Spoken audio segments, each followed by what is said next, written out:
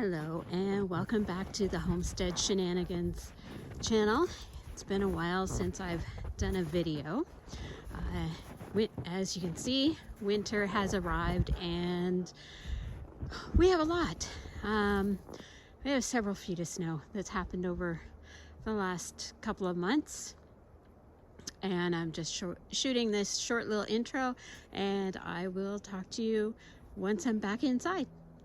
See you soon.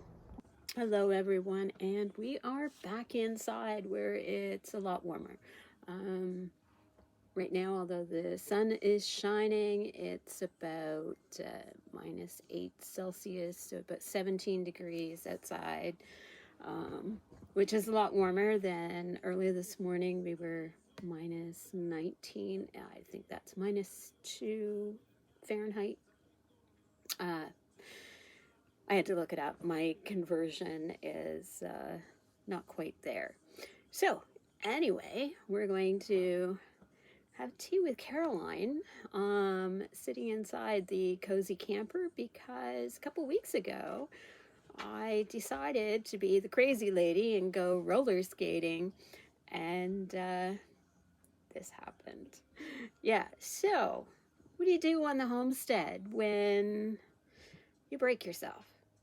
And thankfully, I'm very thankful that I have family members and people to help me, not only just do things on the homestead, and I haven't really got going. I just have the rabbits and my dog, and it's winter time, so there's no gardens to do, but we still have a lot of snow. So I live in central Ontario, and we have been pelted and pelted with snowstorms, and it's usually several inches to a couple of feet almost every storm, and the storms just keep rolling on. In fact, we are facing another one in this area.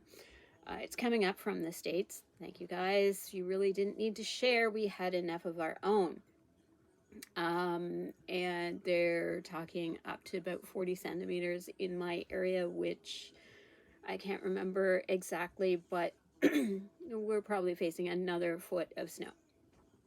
And if you saw the beginner video that I shot with my dog, all of that snow is well over my boots. We're probably 2 feet there, and some of it has melted and compacted down over time. But yeah, we're inundated with snow. Sorry, my nose is itchy, and it's tea time. So kind of as a beginner video I wanted to do for you is why at the age of 56, which for some people may feel old, for me it doesn't. Hey, I still go roller skating, and this is my first broken bone in my entire life, so I consider that doing pretty good.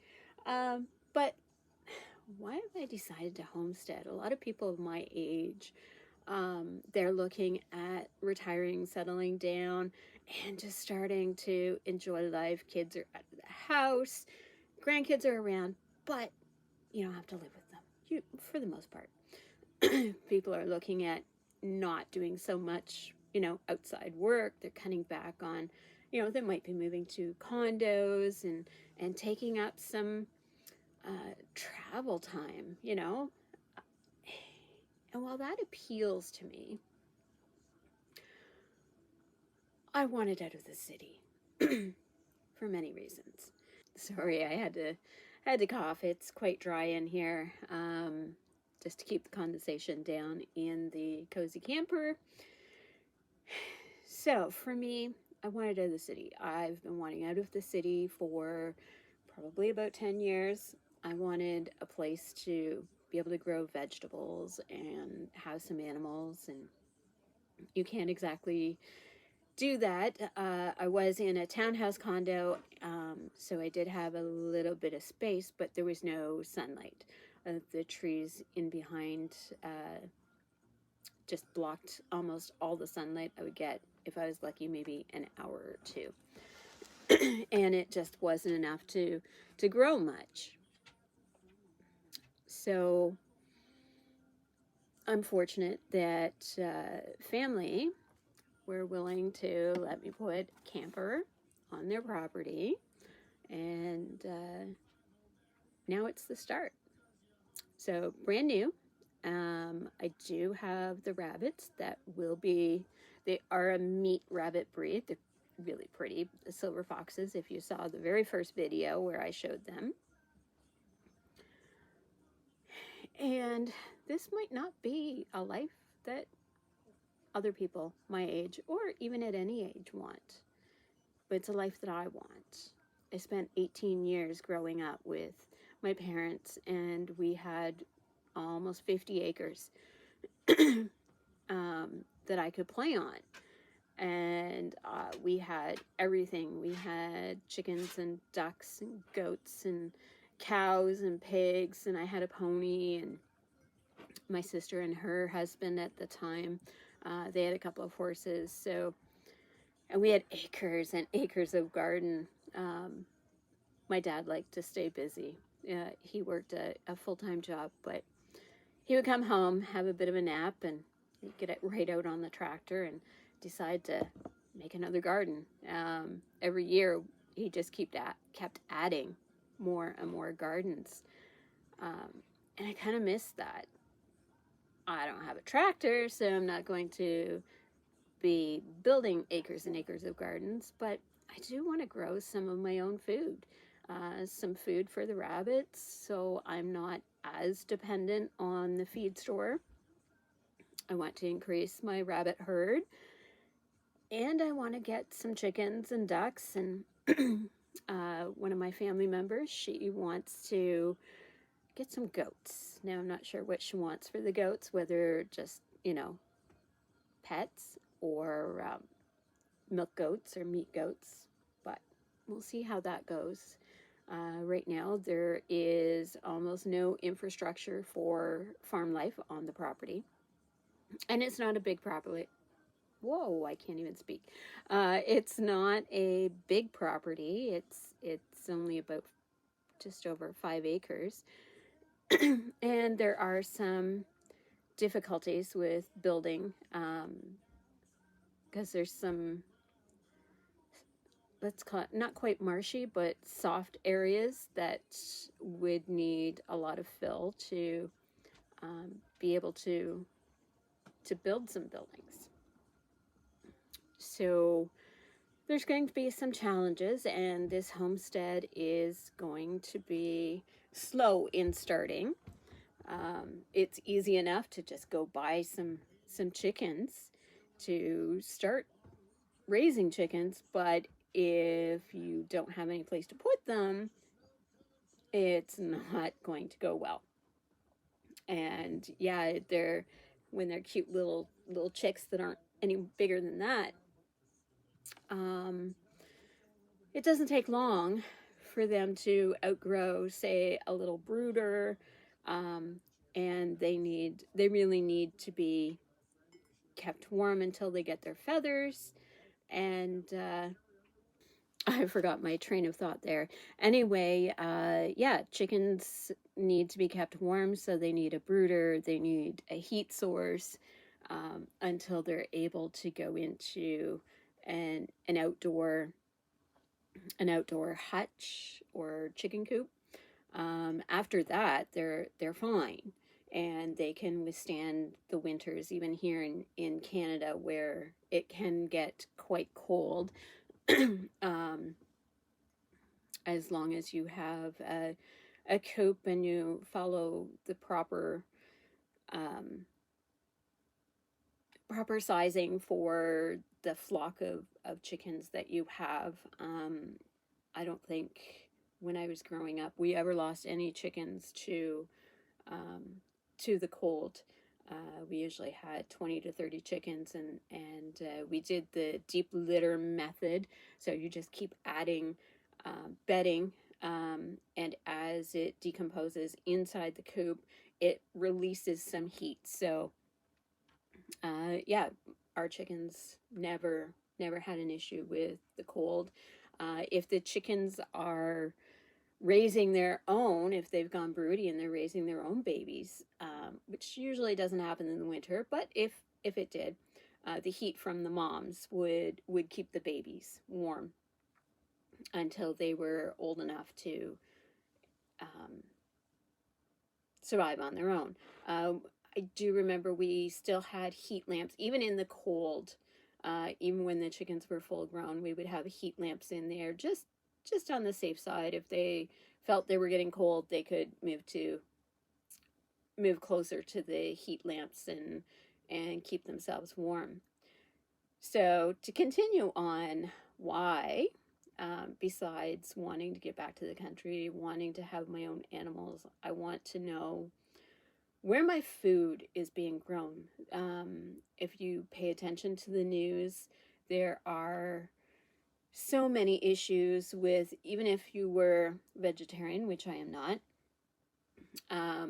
with E. coli issues and listeria issues, with factory farmed food. We never had that on the farm. We, you know, I don't know. We just never had it. And we used compost. We used manure from all of our animals on our gardens, and it was just never an issue. No one ever got sick from the food that we grew. We were careful to compost our manure before we used it, and yeah, well, I'm still alive. Didn't cause any issues as far as I know.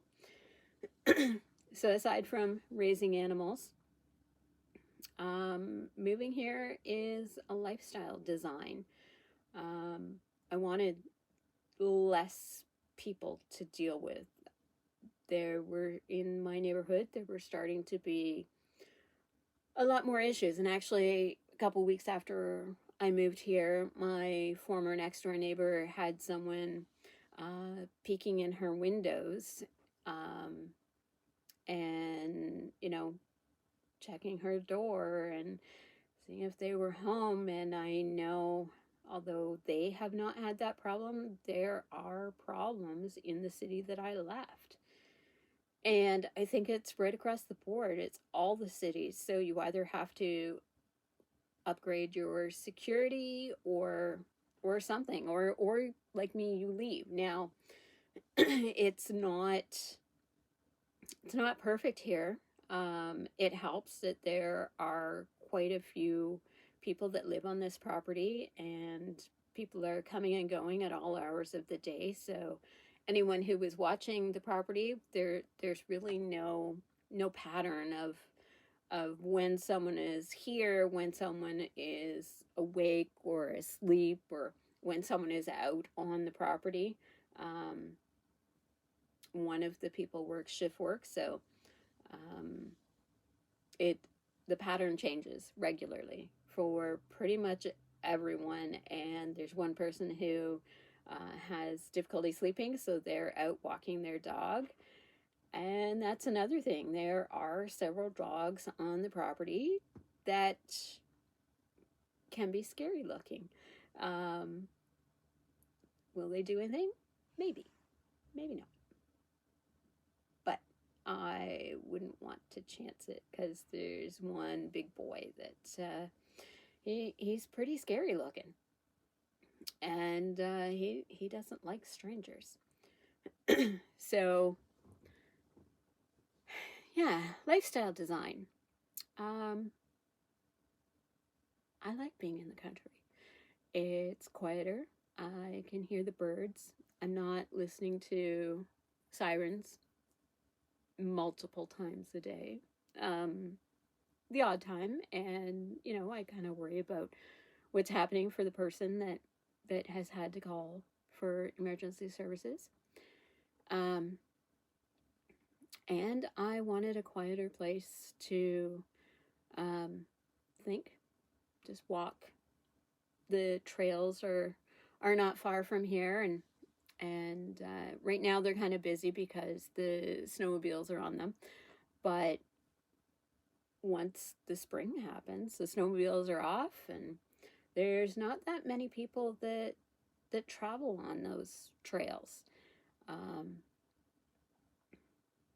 So I can just spend some time walking with my dog or family members or friends, and carrying on, and I can think. I have time to think about what I want to do, and just have that peace and quiet. So another thing I do, and that's I write novels. Not published yet. It's coming. Yes. Yes, I have been promising for years, but it's coming, especially now. I'm stuck at home for a while. I can't go out and work. And so one of the genres that I write in is cozy mystery. And living in a small town, outside of a small town, has given me some really cool thoughts for what to put in my books.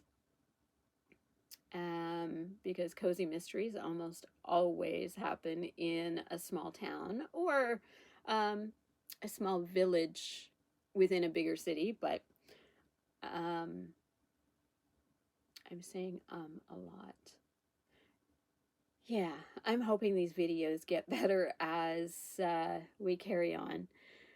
Another genre that I've been kind of thinking about is oh my goodness, an apocalyptic series. Probably about 10 books. And I may decide to release audio chapters, or not really release audio chapters, but read audio chapters here on this channel, and see if I can drum up some people that are interested in my books. So I feel like I've been rambling, and I just want to finish up with, for me, moving here has been quite the lifestyle design for me. It's a place where I can feel more creative, both in writing and making these videos to share my journey. And I hope that you're willing to travel on this journey with me.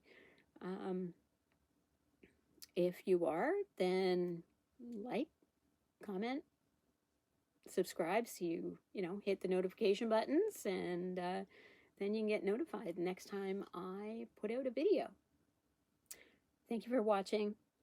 Caroline from Homestead Shenanigans, and I look forward to seeing you in the next video.